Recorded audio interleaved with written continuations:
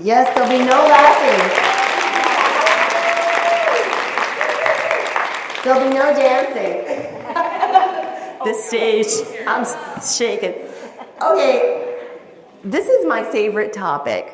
I've been speaking on the generations since millennials came on the scene. So first of all, let me see, where are you millennials? Let me show, okay. It should be, let me see the hands of the millennials before I know. Okay, you're gonna love me, but in the beginning, well, I was very appreciative because nobody cared about Gen X. Really, I'm sorry. But when you came on the scene, nobody was hiring anybody to how are we gonna work with this generation. There were no books out on you, nothing. You just came to work and kept your mouth shut and you went on. But then millennials came on the scene and they wanted a little bit of a change, which you'll hear about today. And so we, baby boomer, we were sure you were gonna change and that you were gonna adapt. But the reality of it is that you changed us. I used to say that you were the first generation whose self-esteem was higher than your talent. I know.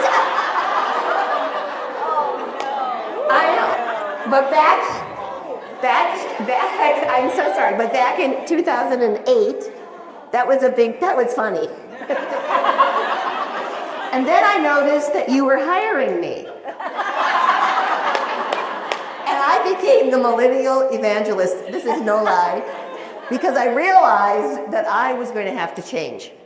And so for all of you baby boomers out there, the reality is if anybody in the room has to change the most, it's us. And so I'm probably going to say things you don't like today because I'm not going to be 100%, boomer, even though I am one. Because the reality of it is that boomers have changed the most, and we're going to continue to adapt and change. And now Gen X is going to come on the scene. So who's adapting and who's changing? We are becoming more like Gen Z. And that is really the hard truth of it. So today, I'm going to talk a little bit about how we got here and where it's going and how we have to adapt.